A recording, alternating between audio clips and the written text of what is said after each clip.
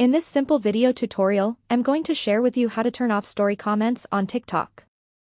This is important for maintaining privacy, preventing negative interactions, and controlling the narrative around content. To do this, simply head to your TikTok. Now let's say this is the story you want to add. To avoid people from sharing their thoughts and observations, simply tap on the settings icon. On the option of Allow Comments, make sure to disable it. When turned off, the comment section of this particular story won't appear for people to write in their comments. This feature can also help limit distractions, hence keeping the content consumption experience more streamlined for viewers. That's how easy it is to disable story comments on your TikTok account. If you have any questions, just let me know in the comments section down below. Please don't forget to leave a like, share and subscribe for more video tutorials like this one.